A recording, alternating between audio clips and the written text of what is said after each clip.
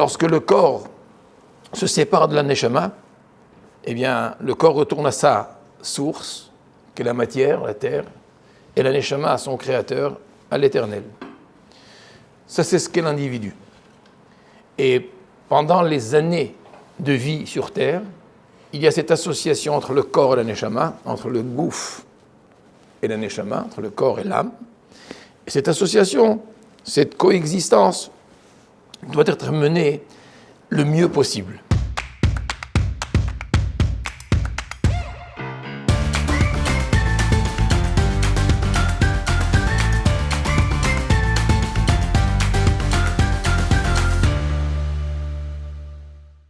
Alors bonsoir à toutes et à tous. Je sais pas, il ne m'a pas présenté, est-ce que vous me connaissez peut-être? Ah oui, je ne sais pas. Je suis par hasard son papa.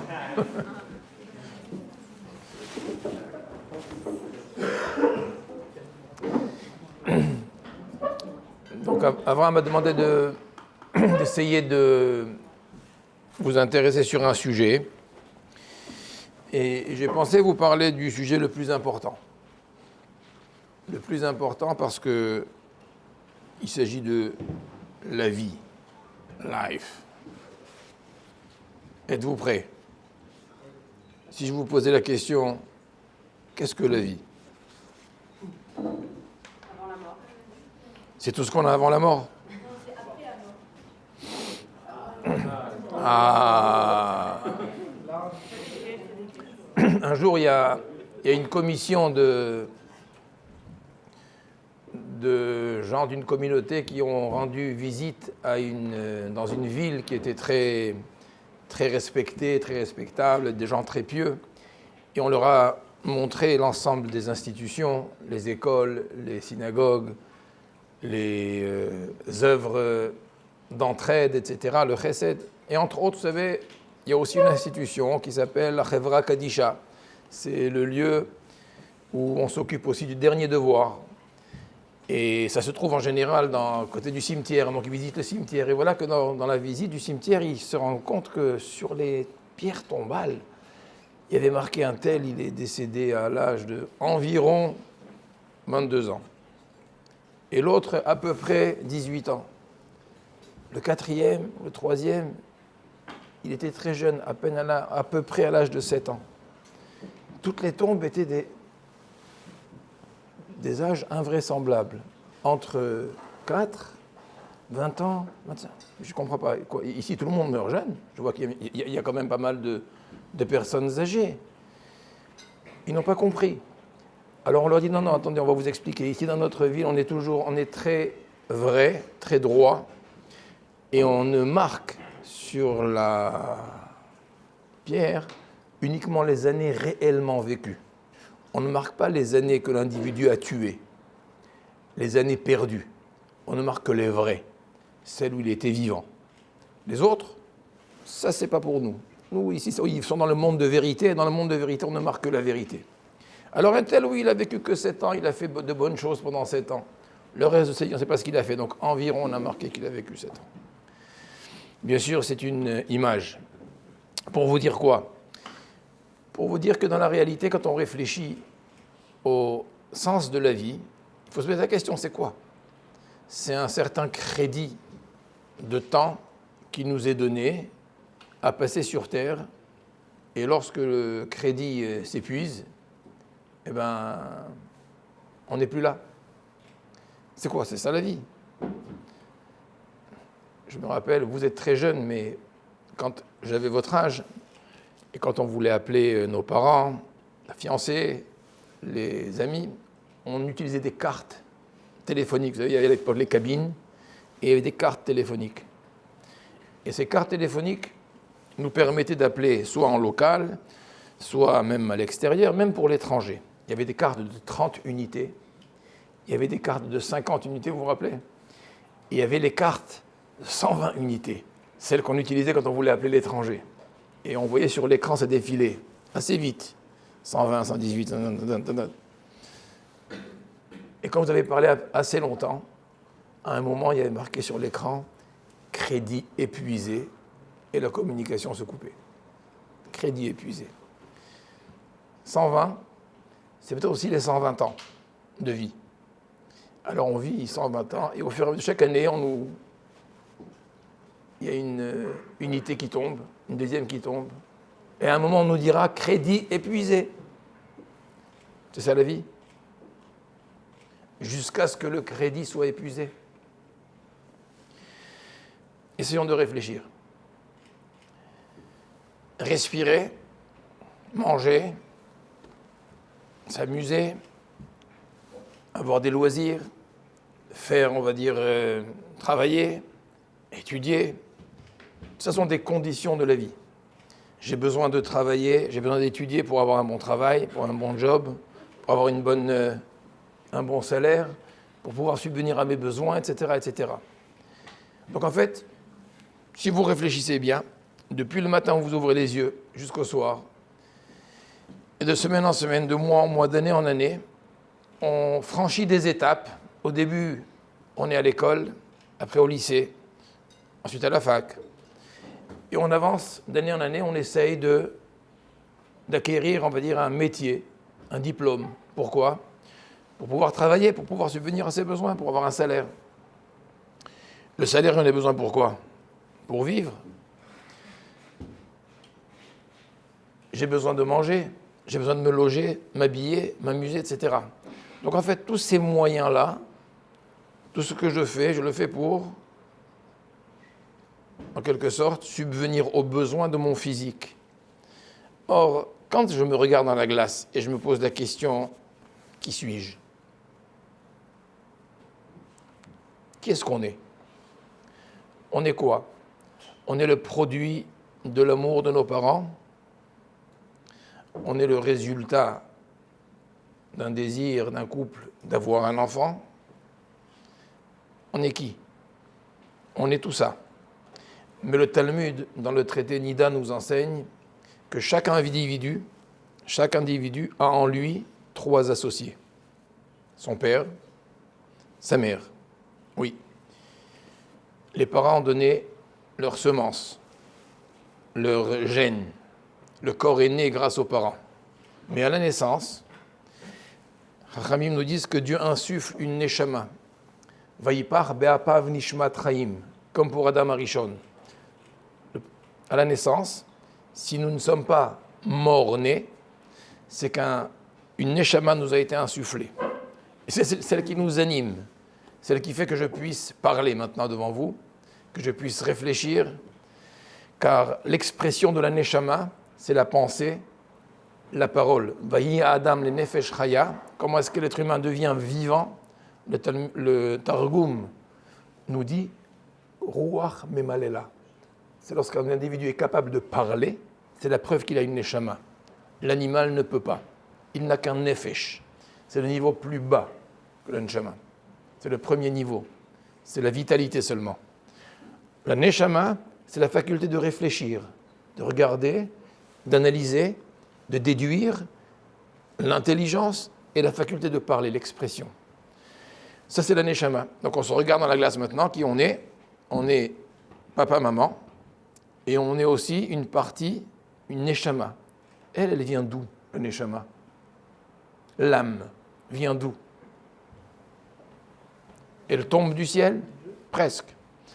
Le Zohar nous dit que si Dieu insuffle en l'être humain un souffle de vie, ça n'est rien d'autre, à l'image de ses parents qui ont donné leur gène, Dieu va donner une partie de lui-même, une particule infime, mais de Dieu lui-même. Pourquoi est-ce que nous, autres juifs, nous croyons en l'éternité de la neshama, de l'âme ? C'est parce que si le corps qui vient de nos parents est mortel comme nos parents le sont, ça se comprend ? L'âme, si elle provient, si son origine est divine, si elle provient de l'éternel, si c'est une partie de l'éternel, eh bien elle est éternelle. Lorsque le corps se sépare de la neshama, eh bien le corps retourne à sa source, qui est la matière, la terre, et la neshama à son créateur, à l'éternel. Ça, c'est ce qu'est l'individu. Et pendant les années de vie sur terre, il y a cette association entre le corps et la neshama, entre le gouf et la neshama, entre le corps et l'âme. Et cette association, cette coexistence doit être menée le mieux possible. Et je voudrais vous dire comment est-ce qu'on mène cette existence le mieux possible jusqu'à la fin. À travers la paracha de la semaine. Dans la paracha de la semaine, qui s'appelle comment la paracha, vous vous rappelez? Vayechi. C'est la dernière paracha du livre de Bereshit, la dernière sidra du livre de Bereshit, Vayechi. Si on traduit le mot Vayechi, c'est « il a vécu ». De qui s'agit-il? De Yaakov. On nous dit Yaakov a vécu en Égypte 17 ans. Vous connaissez l'histoire, Yosef est vendu, etc. En finale, les frères arrivent en Égypte, Yosef se dévoile, dit à papa que je suis vivant, ça fait 17 ans qu'il ne l'a pas vu. Allez chercher le papa, on va chercher le vieil homme qui s'appelle Yaakov, notre patriarche, et on l'amène en Égypte. Et là-bas en Égypte, Yaakov va vivre combien d'années? 17 ans. 17 ans en Égypte. Et le pasuk nous dit, Yaakov, Vayechi Yaakov be'eretz Mitzrayim sheva esre shana, il a vécu en Égypte 17 années. Vayehi yemei Yaakov, mais les années totales de Yaakov étaient Sheva ve'arbaim um'at shana, 147 ans.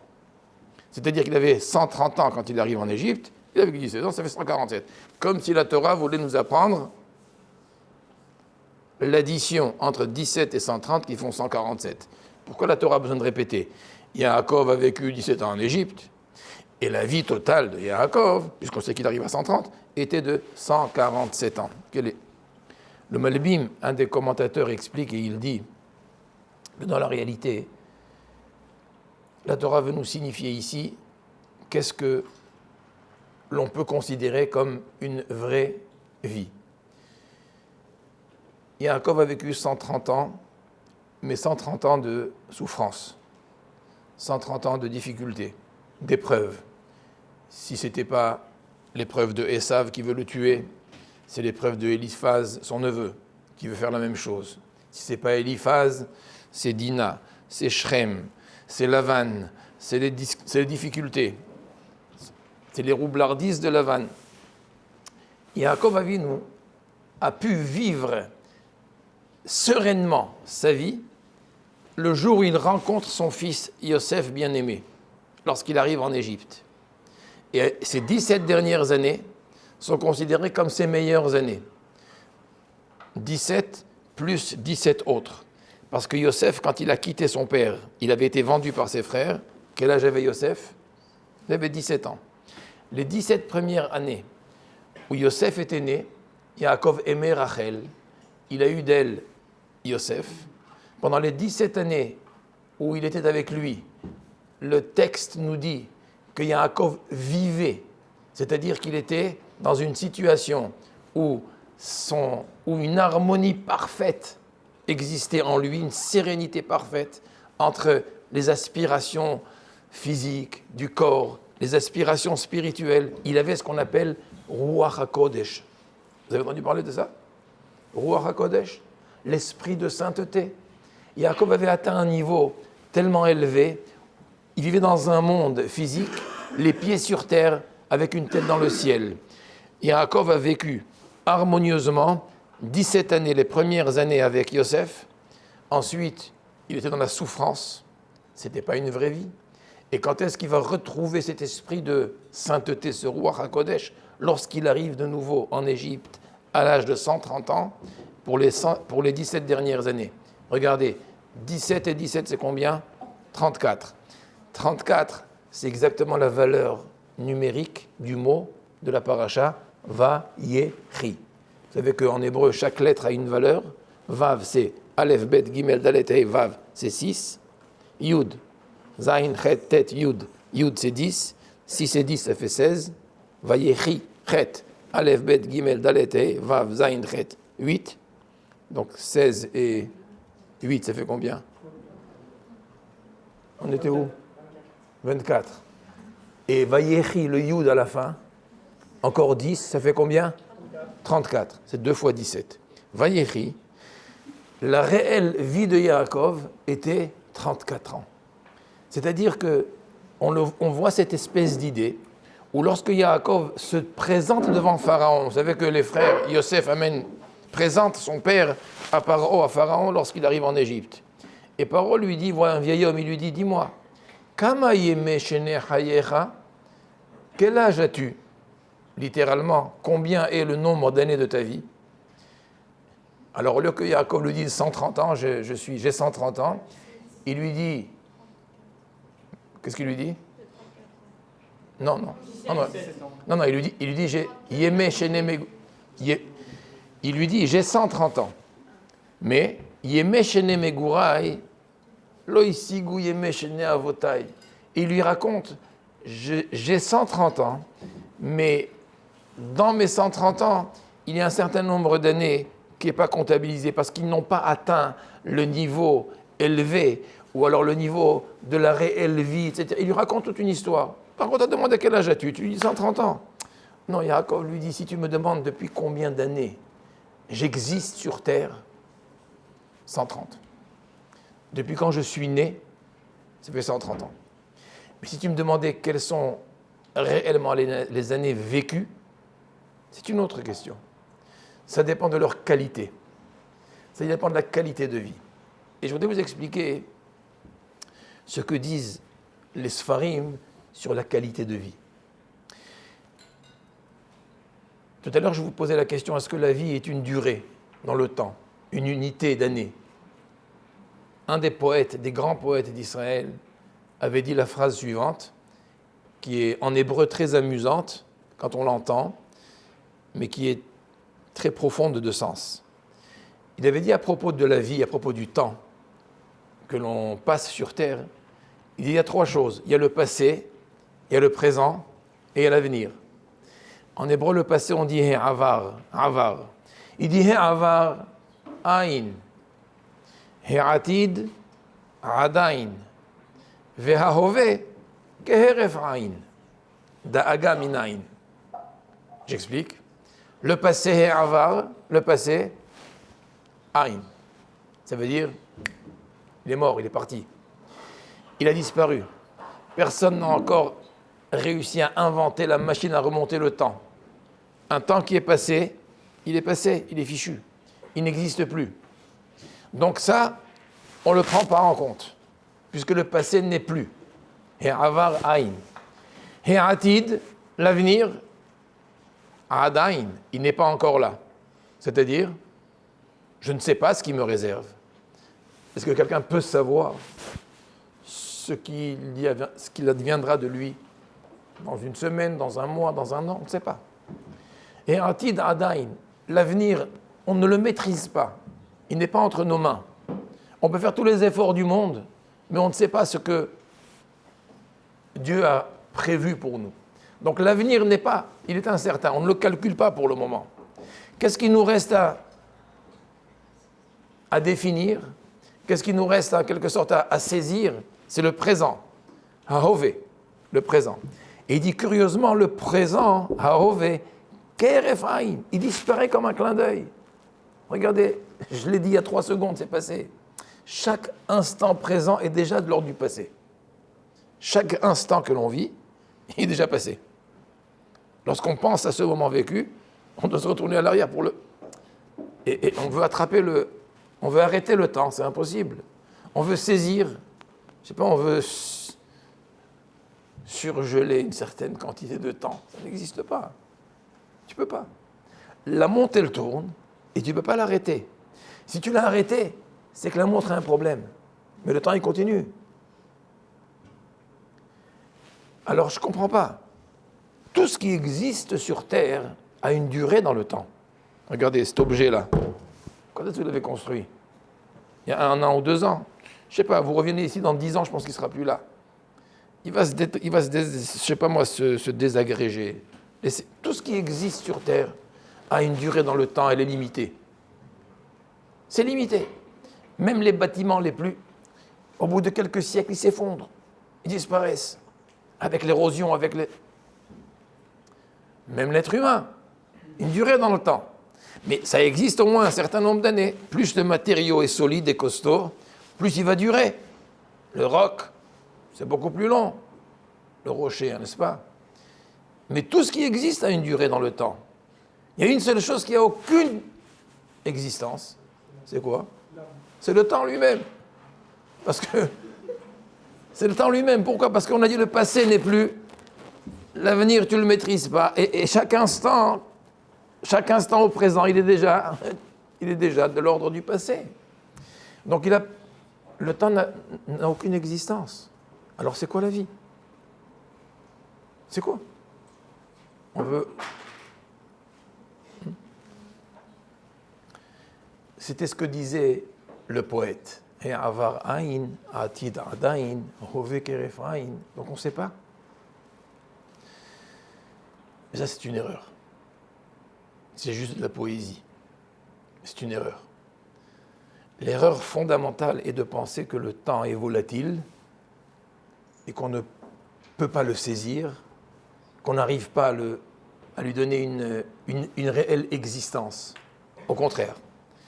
Ce que je voudrais vous dire, c'est que s'il y a quelque chose de solide, s'il y a quelque chose de périn, s'il y a quelque chose d'extraordinaire au niveau dont la durée est exponentielle, c'est chaque seconde, c'est chaque minute, c'est chaque heure, c'est le temps. Pourquoi? Parce que dans un temps que vous avez vécu, dans lequel il va y avoir cette harmonie parfaite entre votre corps et votre neshama et votre âme, ça veut dire c'est un temps que vous avez vécu réellement.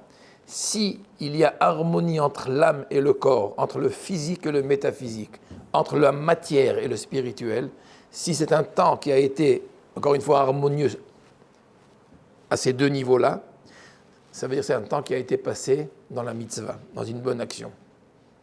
Quand j'ai réalisé une bonne action, d'accord, j'ai pris un temps, et par exemple, j'ai mangé une séouda de Shabbat. Oui, c'est une mitzvah, vous le savez. Manger Shabbat, c'est une mitzvah, c'est un devoir religieux. Ce n'est pas qu'un devoir physique parce qu'on a faim. Shabbat, il faut se délecter. C'est une mitzvah de manger Shabbat, comme pour un jour de Yom Tov. Quand j'ai fait cette mitzvah, qui est agréable, au demeurant, d'accord? Et je ne me suis pas contenté d'apporter, on va dire, cette espèce de satisfaction physique. J'ai fait en sorte à ce que ce repas soit considéré comme une mitzvah. J'ai fait mon kiddush, j'ai fait ma netilat yadayim, mon birkat Hamazon, j'ai hissé en quelque sorte ce plat, ce repas à un niveau de mitzvah. C'est un repas qui a donné une partie de satisfaction à mon corps physiquement parce que je me suis nourri et c'était en plus bon. Mais comme je l'ai hissé à un niveau de mitzvah, il est de nature à nourrir aussi les aspirations de ma neshama, de mon âme. C'est un moment de mitzvah qui est considéré comme un moment scellé, figé pour l'éternité. Et ce n'est pas une heure. Si j'ai fait une mitzvah ici, et on va prendre celle qui est, on va dire, totalement spirituelle. J'ai mis mes téphilines, j'ai allumé mes bougies, j'ai fait mon téhilim, j'ai fait ma prière, qui est totalement spirituelle. Ce laps de temps, il est figé pour l'éternité, non pas comme une heure, mais comme une année-lumière peut-être. Parce que qui dit éternité, dit aucune commune mesure avec notre compréhension du temps. Nous, on est dans un esprit où 120 ans de vie, c'est énorme. Quelqu'un qui vit 120 ans, c'est énorme. Non, 120 ans, c'est même pas une goutte dans la mer, c'est rien par rapport à l'éternité. Vous savez ce que c'est qu'une année-lumière? Vous savez ce que c'est qu'une année-lumière? Imaginez 1 million d'années-lumière. Si chaque mitzvah est une année-lumière, oui, le neshama vit pour l'éternité. Elle n'est pas là pour la durée de vie du corps. Elle est là pour l'éternité. Qui lui donne l'énergie éternelle? C'est ce passage ici sur terre dans le corps qui, lorsque la neshama vivra en harmonie avec son corps et fera en sorte à ce que chaque chose devienne quelque chose de sacré, de mitzvah, eh bien on fige le temps pour l'éternité. Et on va faire vivre cette neshama, on va lui apporter un niveau de satisfaction pour qu'on ne peut même pas imaginer. Imaginez tous les kiffs réunis du monde. Tout ce qu'on peut avoir comme satisfaction. Chazal nous disent que le plaisir de la neshama dans l'autre monde dépasse tous les plaisirs réunis qu'on pourrait imaginer. Et pas pour un instant, pas pour un jour, pour l'éternité.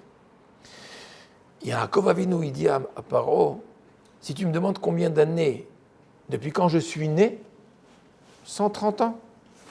Mais si tu me demandes combien j'ai réussi à faire en sorte à ce que j'appelle ça une réelle vie, Vayeri, Chaim, Chai, ça c'est un peu moins nombreux. Les années sont moins nombreuses. C'est la raison pour laquelle vous avez peut-être lu la paracha cette semaine. Un peu plus haut dans la paracha, je remets les choses dans le contexte.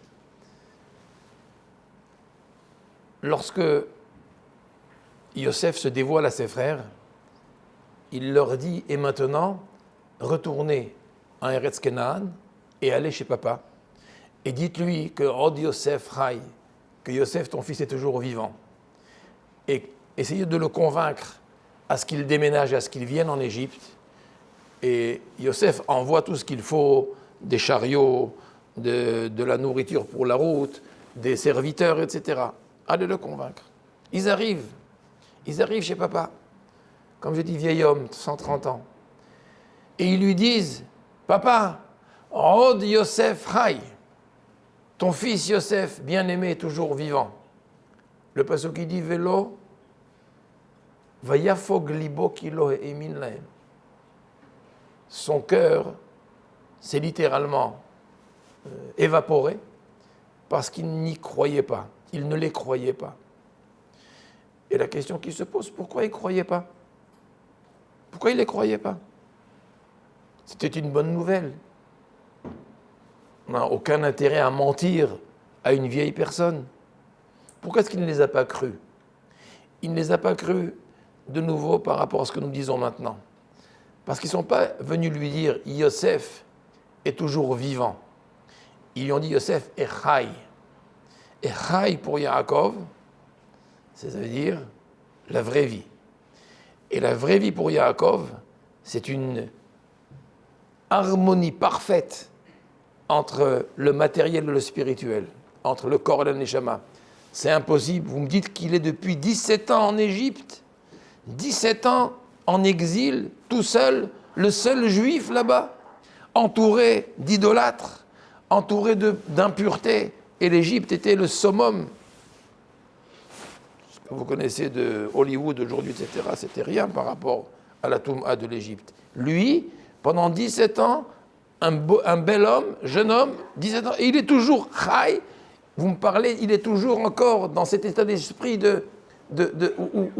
où le spirituel et le matériel sont l'ohémin. Je ne peux pas croire. Qu'est-ce qui va le convaincre? Ce qui va le convaincre, c'est Vayareta Agalot. Yosef a dit à ses frères, si papa ne vous croit pas, que je suis resté un juif authentique, vous pourrez lui dire à papa, rappelez-lui que avant de partir, à l'âge de 17 ans, avant d'être vendu, je l'ai quitté. Et ce jour-là, on avait étudié ensemble un sujet qui s'appelait Egla Arufa. Dites-lui, voilà le sujet d'étude qui était le nôtre avant qu'on ait quitté. Et que je continue encore à ce jour à étudier et à pratiquer. Et lorsque Yaakov entend effectivement que ce que disent ses enfants, alors là, il est heureux et il croit. Ça veut dire que, comme je vous disais,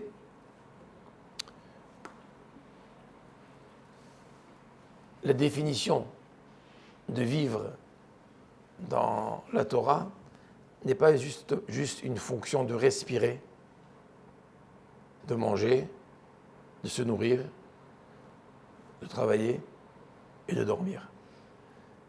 La définition de vivre, c'est je fais tout ça pour quoi? J'ai un objectif. Et mon objectif, c'est d'apporter à mon existence, qui est composée de ces deux composantes, le corps et l'âme, d'apporter au corps et à l'âme la dose dont il a besoin, l'énergie dont il a besoin. Alors regardez maintenant, vous allez réfléchir 2 minutes avec moi. Vous pouvez même fermer les yeux et penser, et réfléchir. Combien de temps pensez-vous que nous consacrons à notre corps, à la partie papa-maman qu'il y a en nous, dans la journée? Combien de temps? On dort 8 heures, on bosse 8 heures, ça fait déjà 16, 2 tiers de la journée est passée.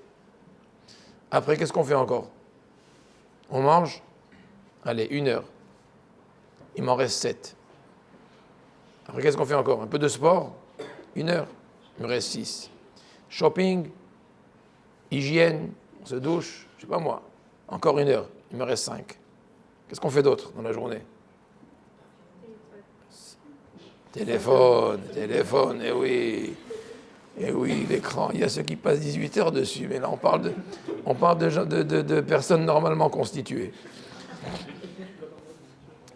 Hein? Et vous allez voir qu'au final, toute notre journée, elle passe pour faire plaisir à papa-maman. Enfin, la partie papa-maman de mon être. Et quand le corps est fatigué, qu'est-ce qu'on fait? On se repose. Et quand il a faim, qu'est-ce qu'on fait? Comme ce soir, on mange. Et quand il a besoin d'affection, ben, il sait, etc., etc. Oui, oui. Je pose une question. Alors, toute l'énergie, on le donne pour le corps. Est-ce que la Neshama, elle, vous pensez un instant qu'elle a aussi des besoins? Elle a besoin d'une énergie quelconque? Oui? Vous pensez qu'elle a besoin d'une énergie ou alors elle vit de l'air? Est-ce qu'elle a besoin d'une énergie quelconque pour, en quelque sorte, exister, pour vivre? Elle a besoin d'une énergie. Si vous pensez qu'elle a besoin d'une énergie, j'aimerais savoir où est-ce qu'on la trouve. On va à la pharmacie et on demande une dose nishmatique qu'on avale un cachet le matin, un cachet le soir. Vous pensez qu'on a besoin d'énergie spirituelle? Alors où est-ce qu'on trouve cette énergie-là? La tefila. Hein? Qu'est-ce que tu dis? Qui dit mieux? Dans la tefila. Dans quoi encore? Hein? L'étude de la Torah, les mitzvot. Très bien. Vous avez d'autres idées, les garçons? J'ai dit l'énergie pour le neshama, pas l'énergie pour le corps. Où est-ce qu'on trouve l'énergie pour le neshama? Comment ça s'appelle déjà? L'UEJF. À l'UEJF. L'énergie pour le neshama, où est-ce qu'on la trouve? Alors vous avez dit les mitzvot, la Torah, la tefila, etc. Permettez-moi de vous dire, vous êtes tous tombés dans le panneau. Évidemment, oui, bien sûr, si je fais une prière, oui, vous allez dire, je fais une mitzvah, bien sûr, c'est de nature à nourrir la neshama. Mais si vous avez bien compris ce que je vous ai dit, un juif, une juive qui vit harmonieusement dans sa journée, quand il mange, c'est pas pour lui considérer comme une espèce de, excusez-moi le terme, une bonne bouffe. Non, il veut faire de cette nourriture Zeh Shulchan Asher Lifnei Hashem. Il veut faire de ce repas un repas où il associe Dieu à son repas. Comment je l'associe? Un bon steak? Eh bien, si je me soucie de manger kasher pour que ce soit conforme à sa volonté, et je m'assois et je fais ma netilat yadayim et mon moti, et je fais ma bénédiction, ma bracha, pour dire quoi? Pas pour dire merci à Hachem, il n'a pas besoin de mon merci, mais c'est pour que moi, je puisse profiter d'un acte physique en le hissant à un niveau de mitzvah. Je veux transformer un acte physique en mitzvah. Qu'est-ce que je fais? Eh bien, j'associe Hachem à ce que je fais. Et il m'a dit comment le faire, dans tous les domaines. Il m'a dit, dans le domaine de la nourriture, tu fais comme ça. Et dans le domaine du travail, comment tu fais? Si tu es étudiant, ou si tu bosses. Ah, tu es étudiant, au moins tu es honnête. Tu ne vas pas copier les réponses. Non, parce que c'est de la triche. Et ça, c'est pas conforme à la volonté du Créateur. Et quand tu bosses et tu travailles, tu vas être honnête, tu vas vanter les qualités réelles d'un produit que tu vas vendre. Pas tu vas inventer des qualités imaginaires juste pour le baratiner, pour qu'il achète. Ça, c'est pas correct, c'est pas bon, c'est pas marqué dans la halakha. Le Shulchan Aruch te dit que tu dois être droit. Et si tu es profession libérale, tu vas donner le service et tu vas t'occuper de ton patient comme tu aurais voulu qu'il s'occupe de toi si tu étais à sa place. Alors tu es conforme à la halakha. Ça veut dire que si ton souci est toujours comment associer Hachem à ce que je fais, comment l'associer à ce que je fais? Droiture, honnêteté, kashrut, Shabbat.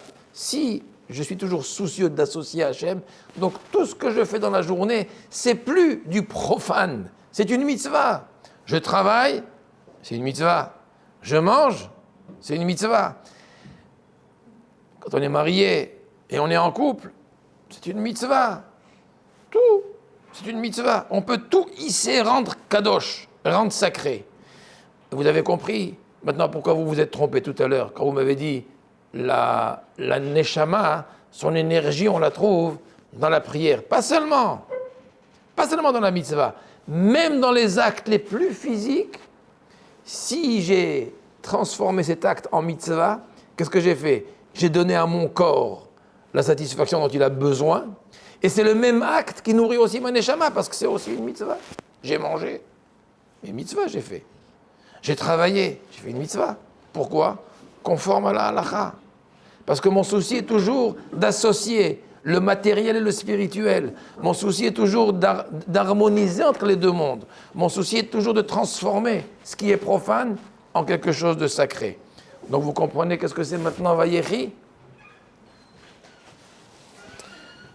Vous comprenez qu'est-ce que c'est que la réelle vie? Pourquoi c'est comme ça?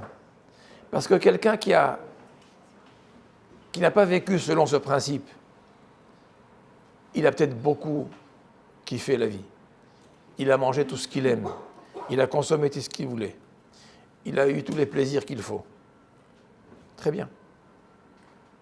Mais ça s'arrête là. Il n'a rien bâti. Il n'a rien construit.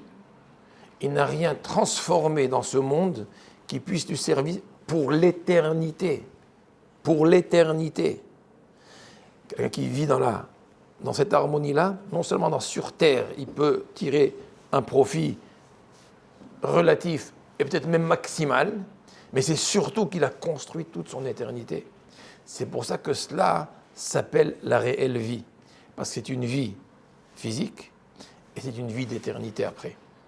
C'est pourquoi le Passouk nous dit dans la Torah, quand est-ce qu'un individu vit une vie entière? C'est marqué « Usfartem lachem ». Lachem. Vous savez, il y a deux façons de compter les choses.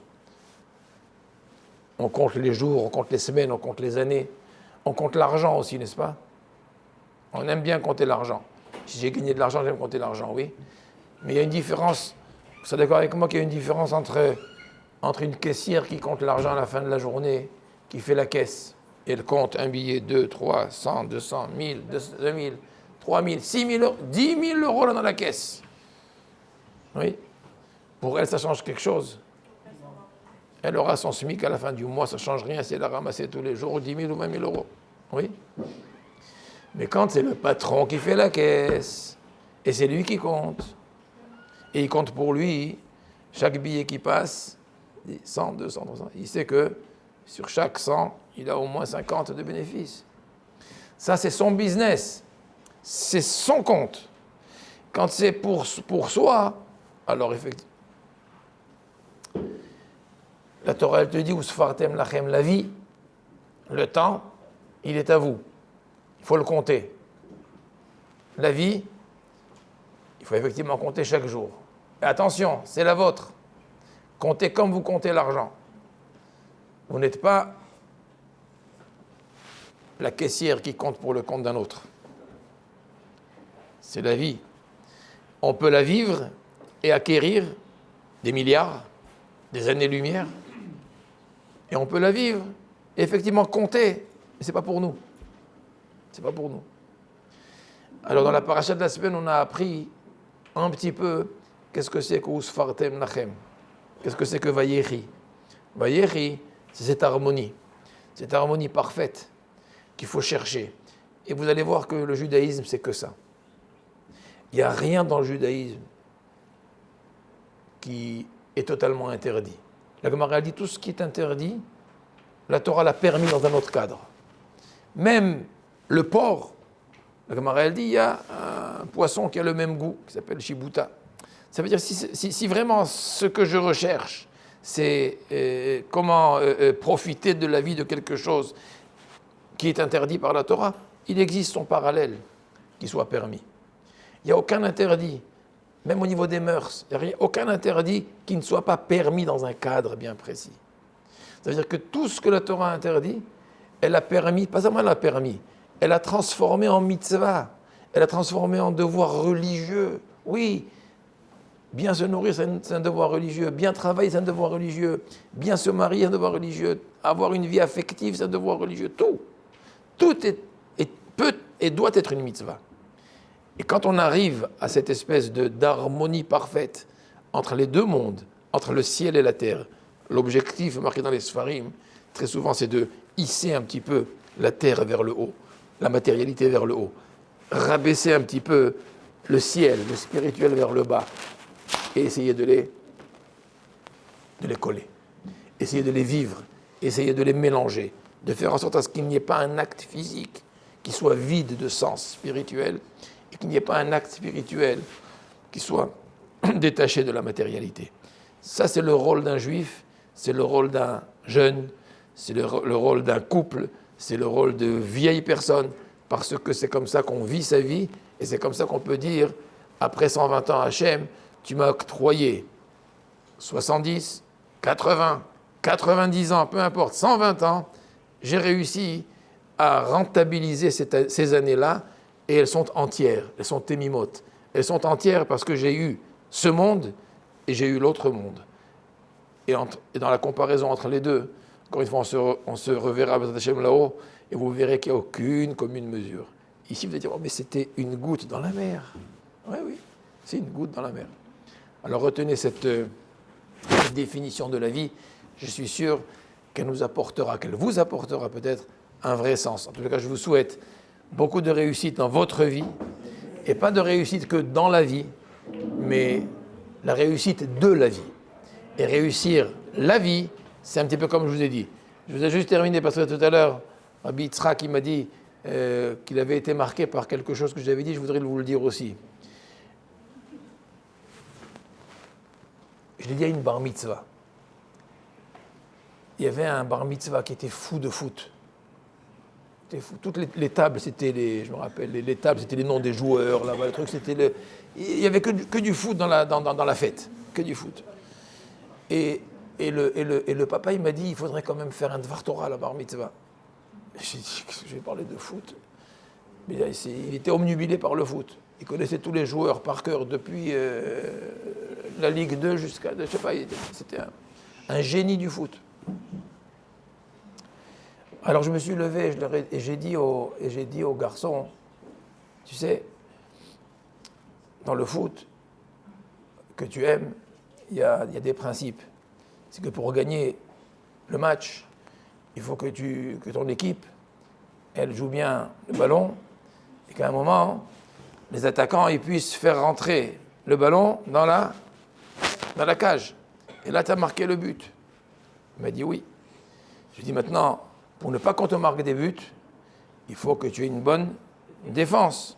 Il faut que tu saches contrer les attaques des autres, etc. Il ne faut pas te laisser faire, etc. Et c'est comme ça que tu vas garder le score et tu vas gagner.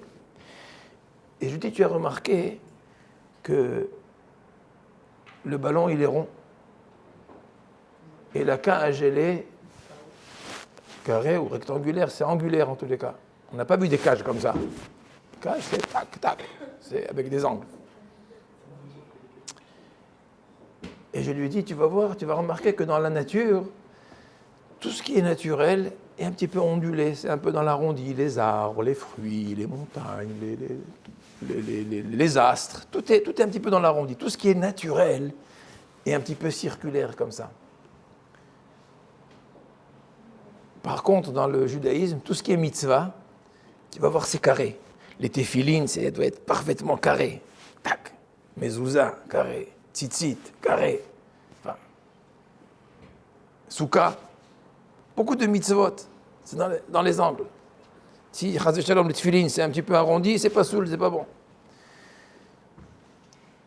Je lui dis, ce que la Torah, elle te demande, pour marquer le but, il faut que tu prennes tout ce qui est un petit peu dans l'arrondi, tout ce qui est dans la nature, et que tu arrives à le loger dans la cage. Tu le transformes en mitzvah. Et si tu as transformé ce qui est rond en dedans, tu as marqué le but.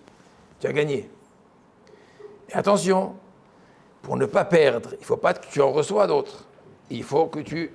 Il y a le Yetzer Hara qui va essayer de te dribbler pour essayer de te marquer à toi des buts. Alors, tu dois être fort pour pouvoir contrer. Je vous assure, ce bar mitzvah, il était là à écouter la leçon du foot que je lui ai raconté, parce que je lui dis, si tu fais ça, c'est pas que tu vas marquer des buts. Si tu fais ça, tu marqueras le but de ta vie. Tu sauras quel est effectivement le but d'un juif. C'est de faire en sorte à ce que tout ce que le monde me propose, tout ce qu'il me donne comme possibilité, que je puisse effectivement lui donner une dimension qui soit spirituelle, qui soit effectivement avec cet angle qui symbolise la mitzvah. Voilà ce que je voulais vous dire ce soir.